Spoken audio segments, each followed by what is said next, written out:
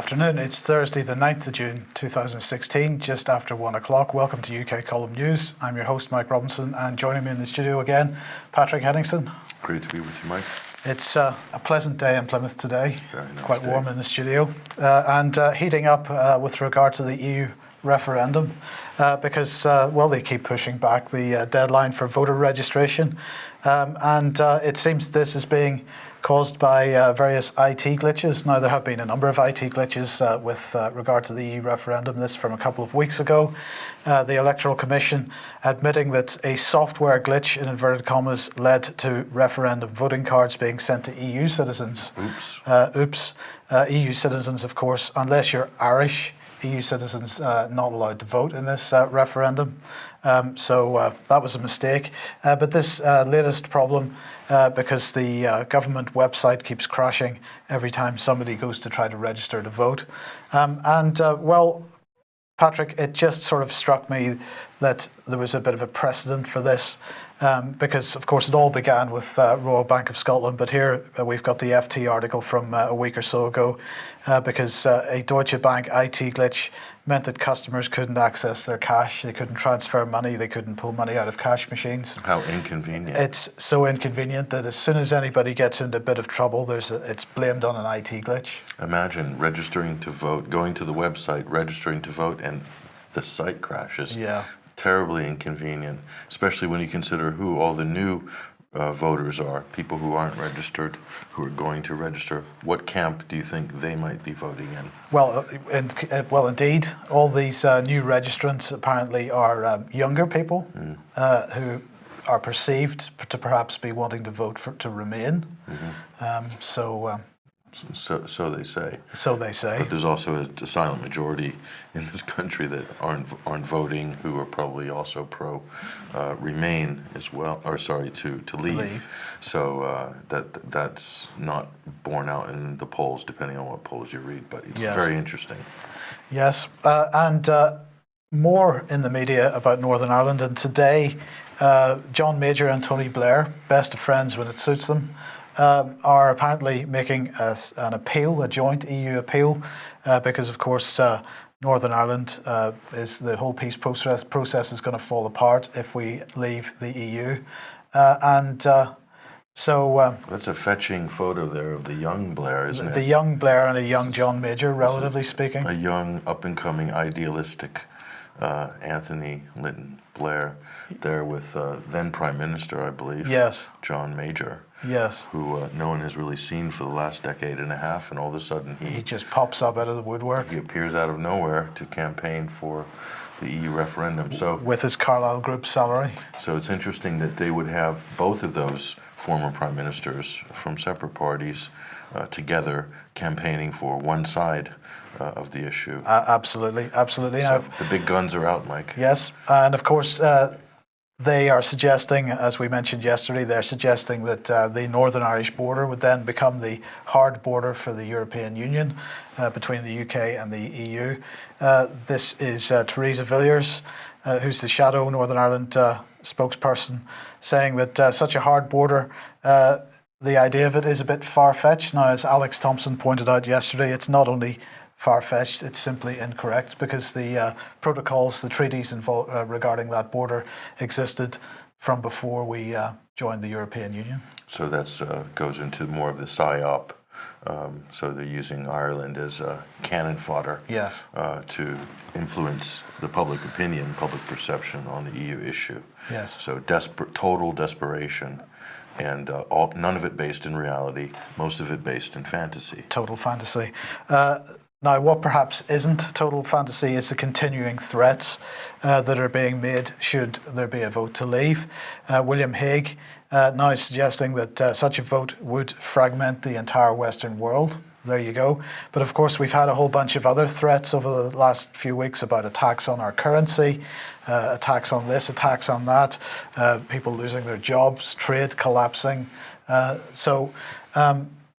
Many of these threats, however, I personally think are probably genuine, particularly the suggestion of an attack on Britain's currency, the central or the banking system and certain players, should we mention George Soros once again, absolutely have demonstrated that they have the capability of attacking a currency in this way. So some of these threats perhaps shouldn't be taken too lightly. But on the other hand, as Nigel Farage said on the so-called debate the other night, we can't be held to ransom by these globalist players. Well, if you look at Greece as an example, there was a country that was threatening to leave the Eurozone, not just recently, and look at the barrage of attacks from different angles that the establishment, especially the banking establishment, financial central banking, they attacked Greece and destroyed it. If you go to Greece right now, Greece is very close to being categorized as a third world country. It's cash poor, services are not running full time, people are not being paid salaries. It's an absolute crisis. Utilities are not always being delivered the way that they normally were before. And this is total, as a result of predatory finance on that country. So that could happen with Britain, but more likely, Mike, this is William Hague.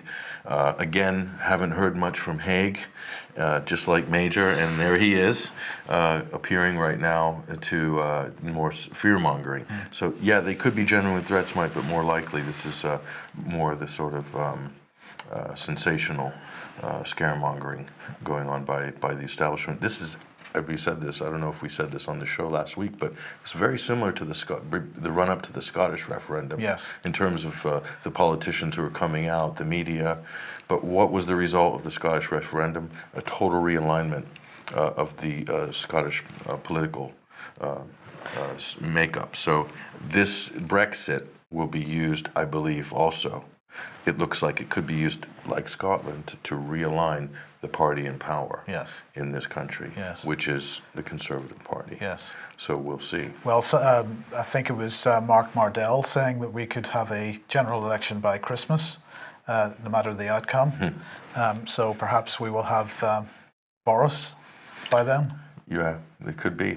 It could be. If you go by Scottish, if you go by the Scottish model. As a model, as a template, that's what might happen. Yes. So. Okay, let's move on. MI6, the Crown Prosecution Service, they've been up to no good. Well, here we have an interesting character here. This is in the photo. This is Abdel Hakim Belhaj.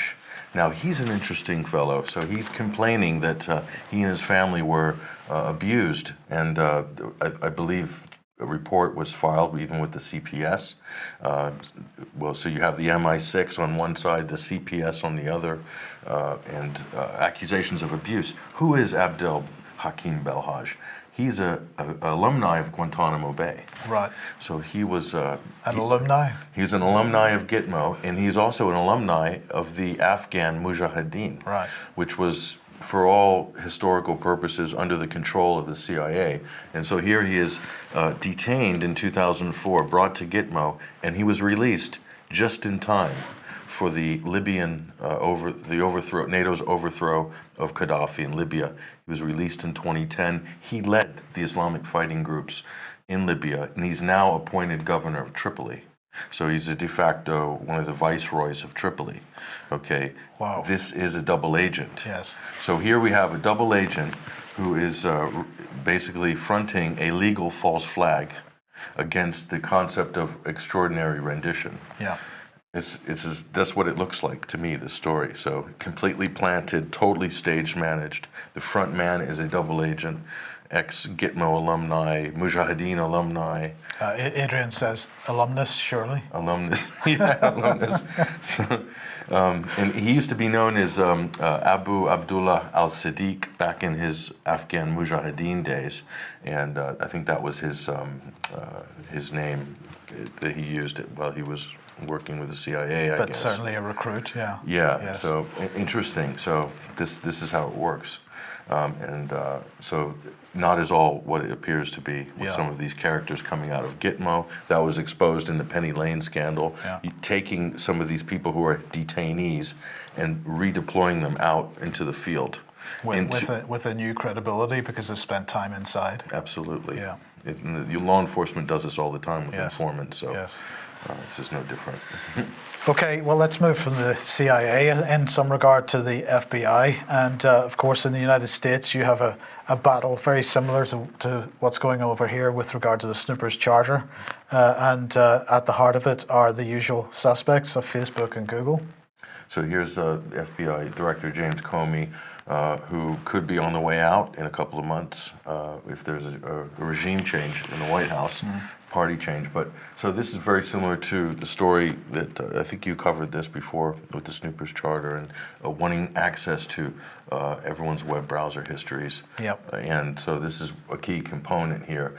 Apparently, Facebook and Google are supposedly fighting back here, but the close relationship between Google and big companies like Google and Facebook with the U.S. government, with the NSA, the coziness in which they rub shoulders even at Bilderberg meetings and things like this. Yes. The establishment, I doubt that there is genuine pushback there. There might be in terms of customer perception, a big issue for someone like Google or Facebook who doesn't want to shed any users or revenue because they might appear to be working against the interests of their users.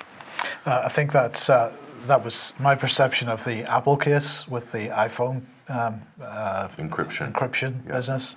I felt that was a PR exercise more than anything else. Yeah, did they hack it in the end? Well, the FBI gave it to a third-party company with, I believe, with Israeli links, who spent a couple of $1 million taking it apart physically, I think. And they cracked it. And they cracked it, yeah. Okay. Yeah. But sticking with the FBI then, ISIS. Well, this is related to the Abdel Hakim Belhash story. So this is the FBI stepping up its use of stings in ISIS cases. Like this is a major announcement. Like we're going to start doing stings. Well, the reality is the FBI has been doing stings. That's all they've been doing actually since 9/11, since before 9/11. And there's an extraordinary statistic, which I don't have at hand, but something close to maybe 90% of all terrorist cases involving informants or some sort of sting. Sting is a euphemism for the word entrapment. And I think anybody who works in counterterrorism should probably be aware that there's a large degree of the sting is entrapment, whereby the FBI create the cell, they recruit members of the cell, they train, they give them money to buy bomb materials, and then when they show up at the gun store or whatever, the cars are waiting and they make the big arrest. This is how it's done in America. So this is a case, Mike, of if there's no real terror threats, well, we can just create them ourselves. So that's kind of what I think the FBI is doing with taxpayer money, is really creating a lot of terror incidents and making convictions out of them and big announcements and press conferences when the arrests are made. And yet one of the world's biggest terrorists, Hillary Clinton, still seems to avoid indictment through the FBI. Yeah. So far, so we'll see. I mean, it's like the sword of Damocles over her neck for the election cycle. So a lot of people are talking about it. It's funny how many people are actually talking about this in the mainstream, even on the Democratic side. So is there any reality to the possibility that she may get indicted after she's been named the Democratic nominee? I don't know. I think there's still a possibility that this could happen. It depends who really is in power in Washington. Yes. Okay. Well, let's move on to Syria quickly. This is just a brief one. This is in Russian, of course, but this is a spokesperson from the Russian Defense Ministry.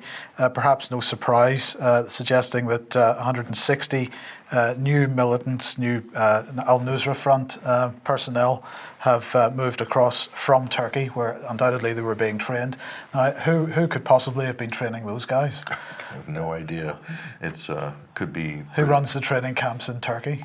Well, the U.S. has a very big military footprint in Turkey. British Special Forces are no doubt using Turkey as a staging ground. French Special Forces and a number of terrorist groups. Al-Nusra itself uses Turkey as a launching pad. ISIS uses Turkey as a launching pad. So who knows? Take your pick, Mike. Yeah. But it's all terrorism at the end of the day. Yes, and the shenanigans over Yemen and the Saudi Arabia blacklisting continues. So we spoke about this over the last couple of days. Rights groups urging the United Nations to put the Saudi Yemen coalition back on the blacklist. But we see a couple of reports. Well, this is the Star reporting that the UN chief, this is Ban Ki-moon, was facing cut off of funding and allegedly a fatwa risk. Indeed, Vanessa Bailey has published an article on 21st Century War today on this. So what's the background here? Was this a genuine physical threat? Yeah, this is international racketeering within UN membership.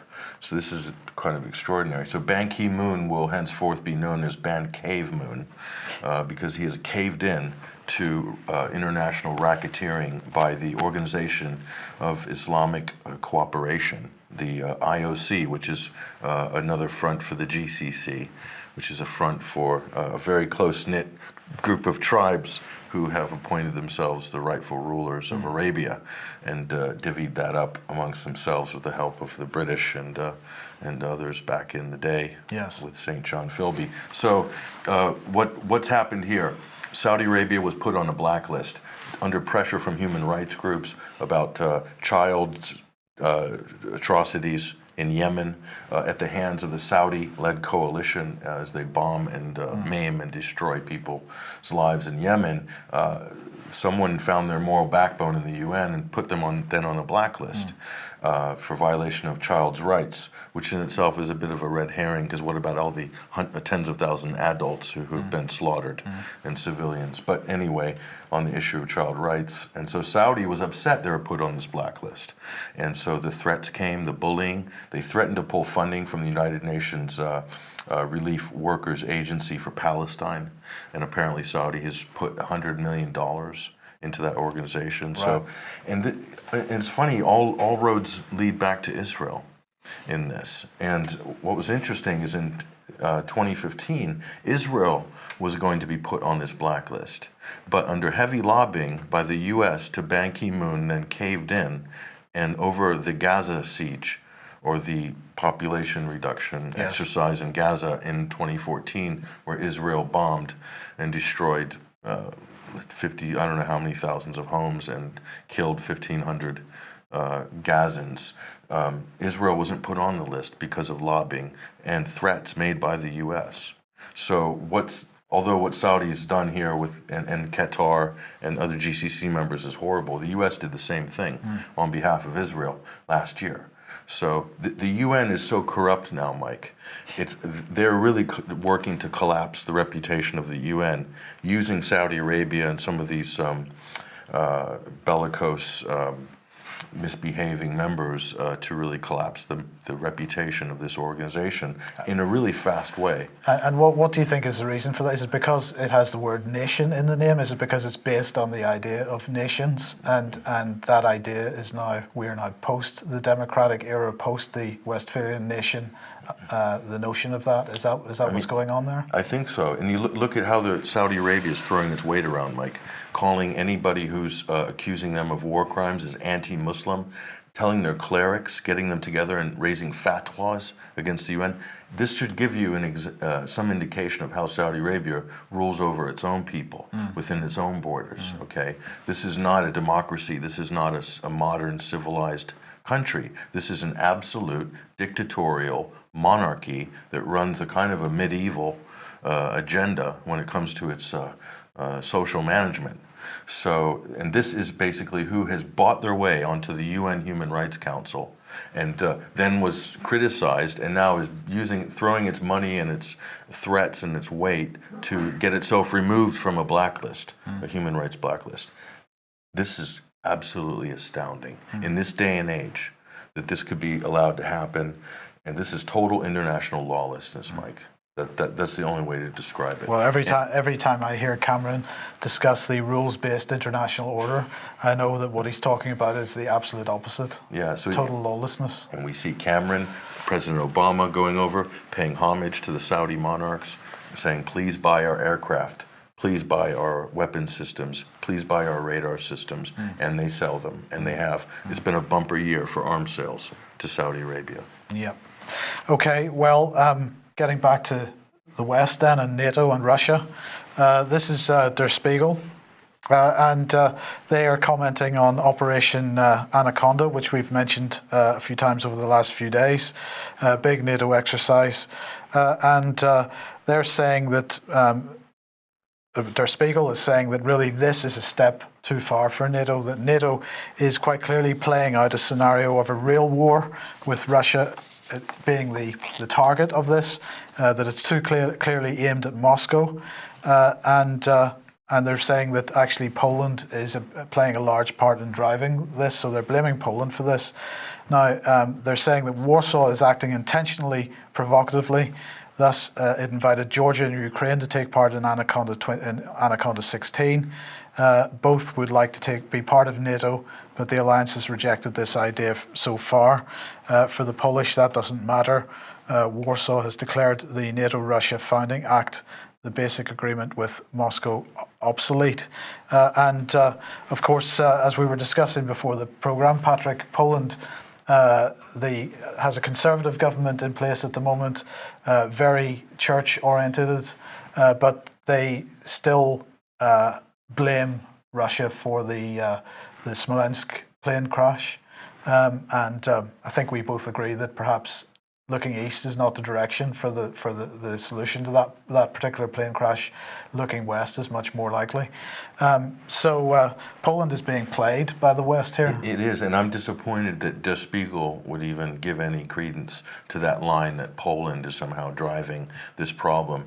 And the day when the German intelligentsia will step up and say that Poland is being played by the international banks, by the ECB, by everybody who's looking and who has already asset stripped that country. We were talking about before the show, Poland's been effectively asset stripped after its membership into the EU. If they join the single currency, that's it for Poland.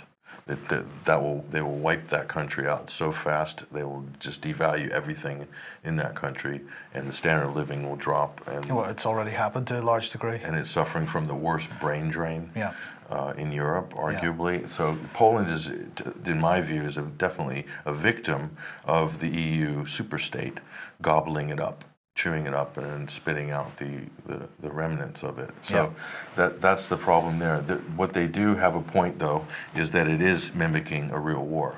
Okay, that I would say Der Spiegel has made a good point there. Right. And it is, guns are pointed at Russia. This is not a simulation for anything else but to ramp up tensions between the East and the West. And again, this fuels and justifies the existence of NATO or of an EU army, which might be coming behind it. Yes. Okay, well, look, I want to highlight this article in Russia Insider from Eric Zeus, but before I talk about it, I'll just mention that last night we were doing what's almost the final edit on the first new edition of Insight, in which Eric Zeus took part, and we're very grateful for that. So we will hopefully release that that new episode of Insight early next week. Yeah, Eric's a great veteran analyst based in the United States, and he's been studying geopolitics and these issues that we talk about every day for the better part of 40 or 50 years. Yes. So a great resource. So in this article published in Russia Insider, he is basically suggesting that Obama has said to Putin, drop dead. And he's saying Russia's concern is that if the ballistic missile defense or anti-ballistic missile system that the United States is now just starting to install on and near Russia's borders works, then the United States will be able to launch a surprise nuclear attack against Russia, and this system will annihilate the missiles that Russia launches in retaliation, which will then leave the Russian population with no retaliation at all.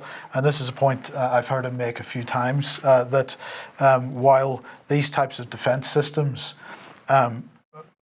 give one side such an advantage over the other that the other has to see that as not a defensive act. It's a threat. It's a direct threat, because you've effectively removed any opportunity for the other side to retaliate for your actions, and therefore it removes any sort of what's the word I'm looking for? It's gone out of my head. Any kind of any chance to reciprocate or to to retaliate. Yeah, but it also removes any likelihood that the side with the defense system will withhold their actions. Mm-hmm. Well, and it has to do with the distance and the flight time, right, as well. If you get down to technicalities, but Eric did talk about that in the insight. Yes, that he really gave a good, simple explanation. Russia's got its hands tied behind its back. The closer that defense system gets pushed up against the Russian borders. Absolutely. So it's interesting then that in Sputnik here, in light of this provocation, I mean this extreme provocation, that they're suggesting that Russia is keeping it cool.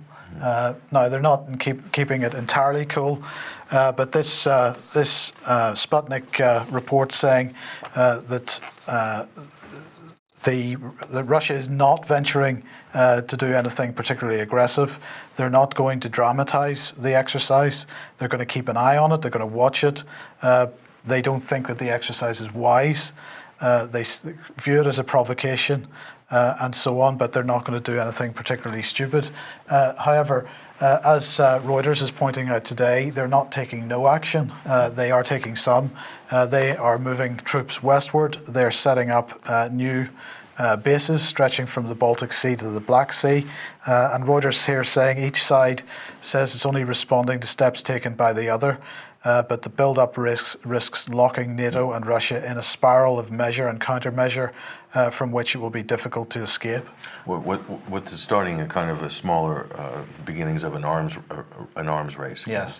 And so in the past, but it's much more dangerous because in the past the arms race was separated by thousands of miles. Right. Now they're right up against each other. Right up against each other, and maybe for the Russian political domestic life, what NATO is doing here is a boon for Vladimir Putin. It's a boon for his party as well, because it's showing that there's a direct threat against the Russian homeland. So they're really solidifying the power base, much like the Washington and its allies have done this in Syria.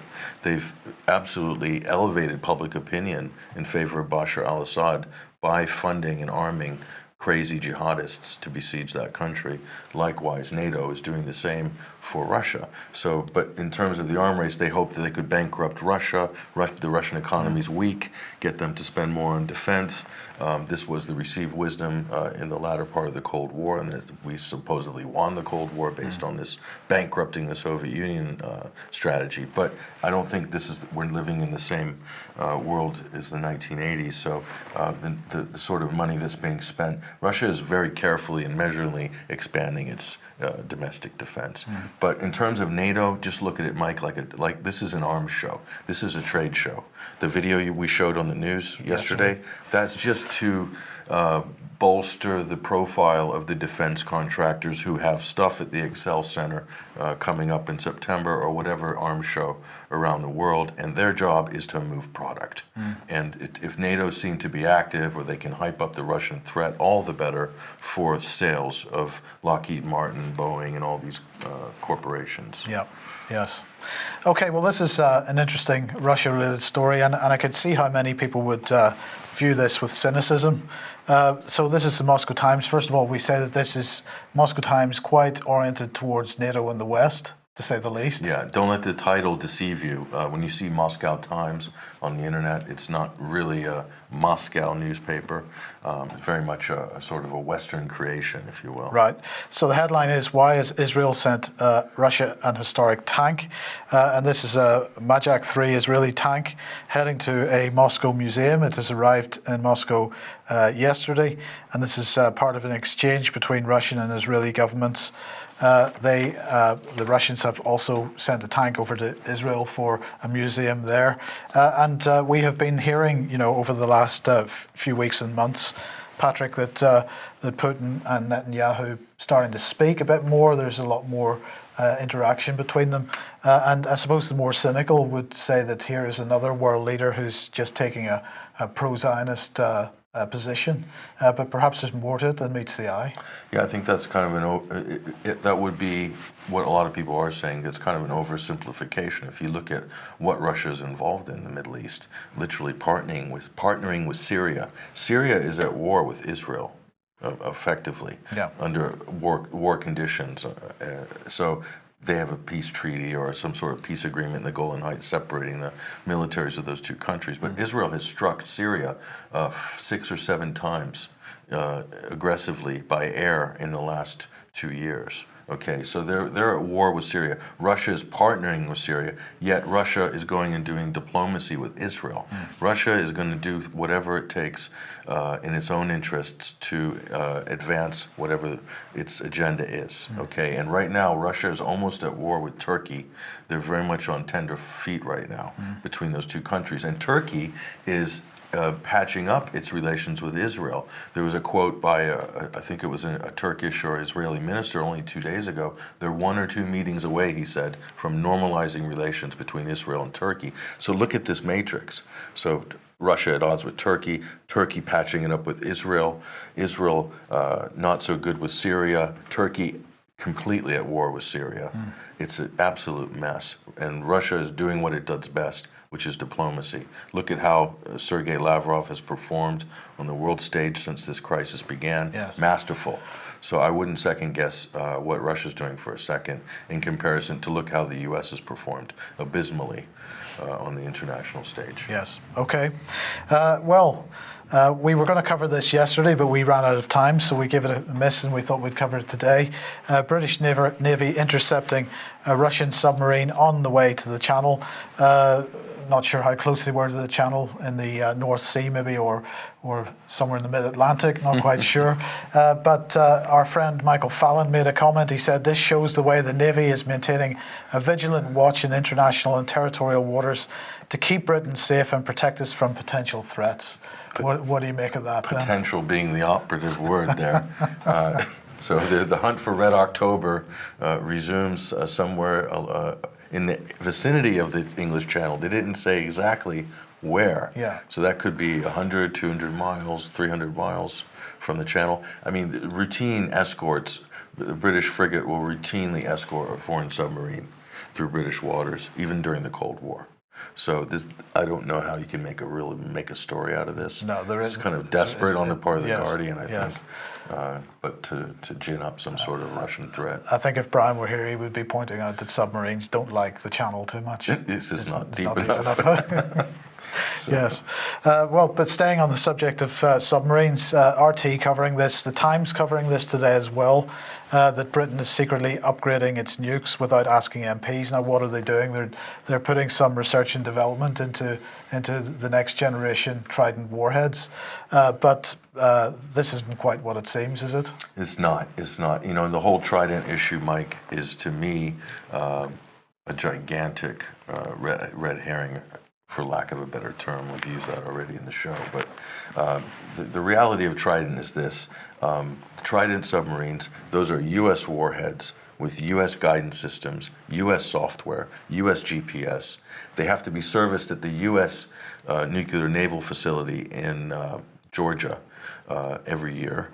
And who knows, there's talk that the U.S. even have the launch codes, although I haven't been able to confirm that. But that's part of the U.S.-British defense agreement of 1958. This is a treaty between the two countries. So, in effect, the U.S. kind of almost owns and operates the British nuclear deterrent. And so, and also the British nuclear plants, a lot of them are also operated by Lockheed Martin, by Halliburton and Serco, that international consortium, but that's a U.S.-led consortium. So how much of Britain's nuclear arsenal is Britain's is a good question. How much of Britain's anything is Britain's anymore? So the talk of this is a big defense issue. It's kind of a joke. Yeah. What it does, however, Mike, the nuclear weapons are important because it allows Britain to be on the UN Security Council. That's the special elite club of the International Security Club. And you have to have nukes to be on it. And without the nuclear deterrent, an argument could be made that Britain shouldn't sit on the UN Security Council. So that's why it's important. So you can make decisions and block resolutions and protect Israel and condemn Syria, etc. Yeah. Or bomb Libya. Yeah, indeed. Okay, let's move on. Finance then.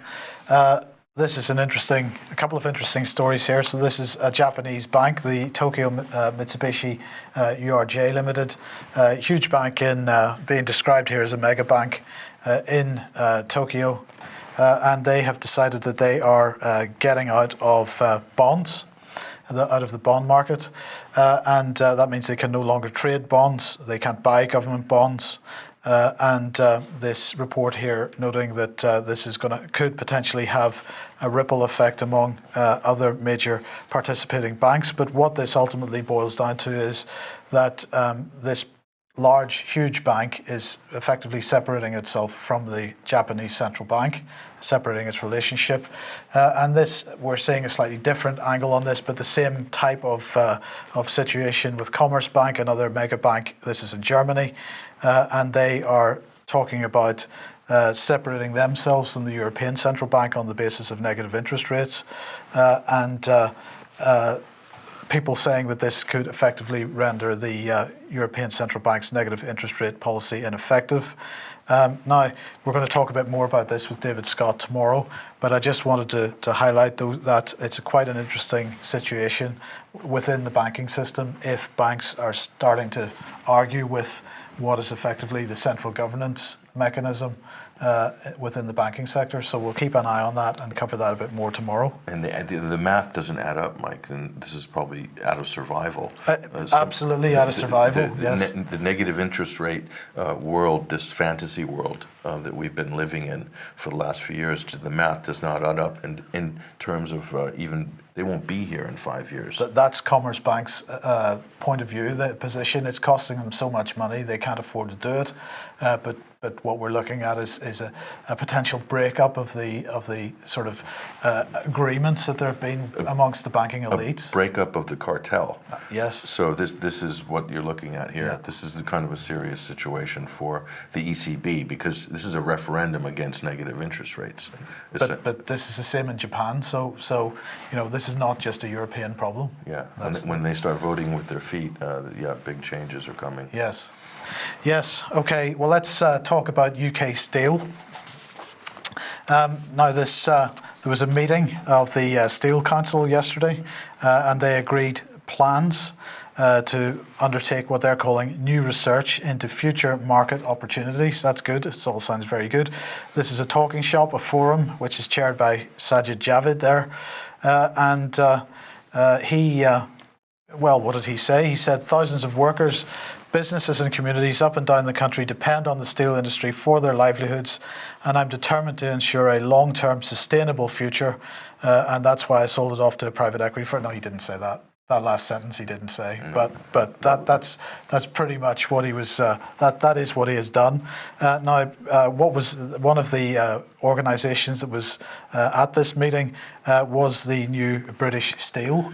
And this is the company which has been set up. The new British Steel. Yes, new British. Better than the old British Steel. No, and we'll explain now why it's not. This is the British Spiel, they should call it. Here they are. There is British Steel building stronger futures. So this is part of Tata Steel hived off into a new limited company. And of course, just to remind everybody what they did when they came up with this agreement, they agreed a wage cut for all the people that work there. They agreed an end to bonuses, so no great incentive to work hard. And they ended the final salary pension scheme, so yet another final salary pension scheme bites the dust. Now, this company, British Steel Limited, has arisen through an agreement with this lot, Grey Bull Capital. So this is what some people would call a vulture capital fund. They go around, they're a private equity company. They go around spending money on companies. They bought British Steel, the assets and the liabilities, in fairness, but they bought the assets for £1. So this is one of these deals where you buy up a load of stuff for £1 and then you, will the asset strip it? That remains to be seen. Grey Bull Capital have four main members: Nathaniel Jerome Mayonhas, Mark Mayonhas, Richard Cal Perlhagen, and another body which I believe is now no longer exists, Greybull Corporate Partner Limited. So there was possibly a bit of offshoring going on there. Not quite sure. It's like the new Mayfair set. Well, if we just take Nathaniel Mahoyas as an example, he is what's described as a French London-based businessman. He was a principal with Sun Capital Partners earlier in his career. He was an investment banker with Lehman Brothers, so he's got a good track record there. Excellent pedigree. And if we remember, this company, of course, they were one of the investors in Comet, and this retailer, of course, went out of business in 2012. Comet was another one of these companies that was bought for almost no money. And then the organisations, including Greybull, they walked away with £117 million at the end of it. Nice bit of work. So a nice bit of work. And of course, that was a lot of that money sent through a shell company in Guernsey. So there's no offshoring going on there at all. No, it's just Jimmy Goldsmith and Mohammed Al-Fayed. They'd be smiling right now. So clearly, yes, indeed. So clearly, Mr. Javid really keen to see Britain's steel business succeed by selling it off to private equity firm. They should rename it from British Steel to British Spiel. Yes. Because it's a spiel that's being delivered. Well, it's an old one at that. Well, here's a bit more of it, because this was being tweeted out today, or possibly, it was being tweeted out today. This is a YouTube video from RT regarding the selling off of Britain's public assets in London. Now, this is a subject that I've been looking at for quite a long time. Because in the last budget, of course, George Osborne had stated that he was running the largest privatisation this country had ever seen. And I just wanted to remind everybody that I had, in fact, written a Freedom of Information request to the Treasury asking for details about what was being sold. And it was quite an interesting response I got, because initially they didn't want to tell me, so I put in an internal review, and eventually they wrote back and they said, the review has considered your request and found that your original request referred to the sale of government assets referenced in the Chancellor's quote regarding privatisations. A link to this information was provided in our response. Your internal review request refers to sale of smaller assets such as government buildings, land and other property. So basically what that refers to is that I had asked about Osborne's comments in the budget. They had took that to mean one thing, and they basically sent me a register which had already been published by the BBC of some of the really large sales that they the multi-billion pound sales. And I said, yes, but this doesn't include all the other assets that are being sold off. So there's no, you may feel that an asset which is worth less than £100 million is too small to even consider. But in fact, we don't know how many of these £100 million assets are being sold, so we don't know what the scale of this is globally. Could be hundreds of 10 or 20 million pound assets. Yeah, exactly. I mean, and when you add those all up, of course, that becomes billions very, very quickly. So anyway, they went on and they said, we can confirm that the Treasury does not hold this information in the format you have requested. This is because we do not hold a central searchable database of such sales from which we can extract this information, right? But then they go on to say, the reason that your request exceeds the cost limit is that any relevant information could be contained in very many files.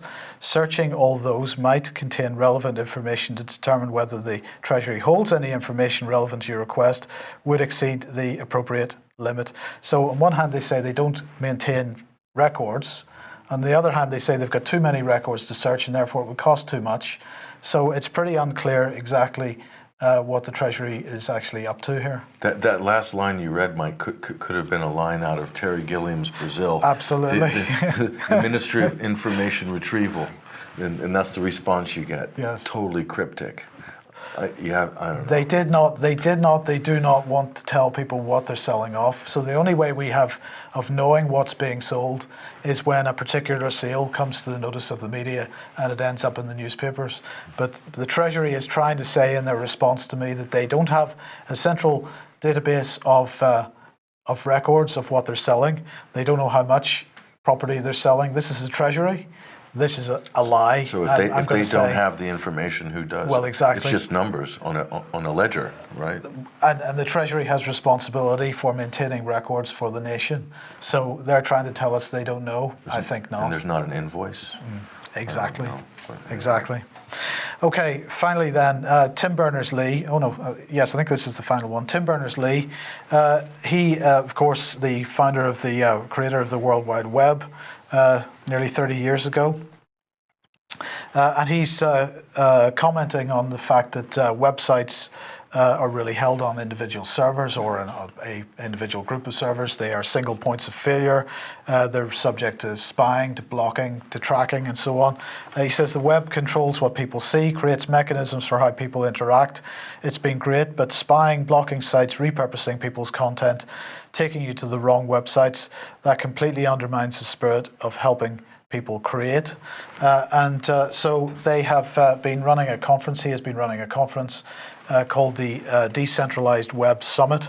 There's a lot to applaud in this, I suppose, in many respects, but because what they're really looking at is the architecture of the web and how that could be re-architected to make websites distributed so that if any one source of the information in a particular belonging to a particular website should disappear for any reason, that there are backup copies that are live all the time. And this is, I suppose you could say, quite similar to the way Bitcoin works, for example, with its blockchain technology. But it's interesting that I mentioned Bitcoin there because perhaps if I'm going to raise a flag about this in some of the thinking here, one of the things that they were talking about was new payment technologies and how those could increase individual control over money.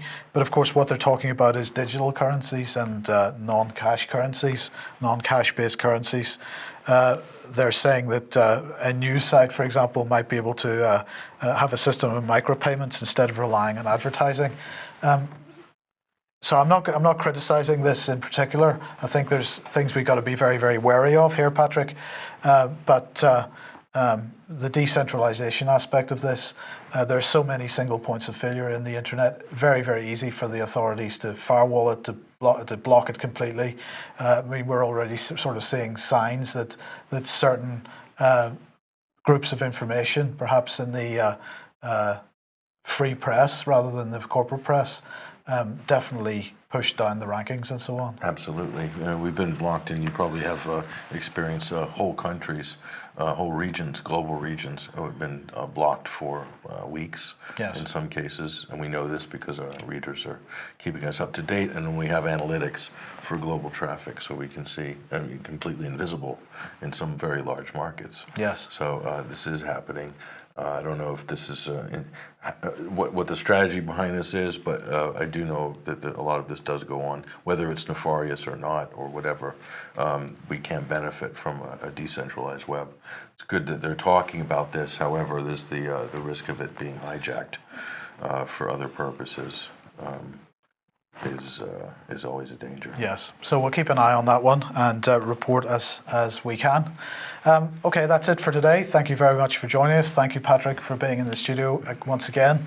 We'll be back tomorrow. David Scott will be joining us, so 1 o'clock as usual. We hope to see you then. Bye-bye.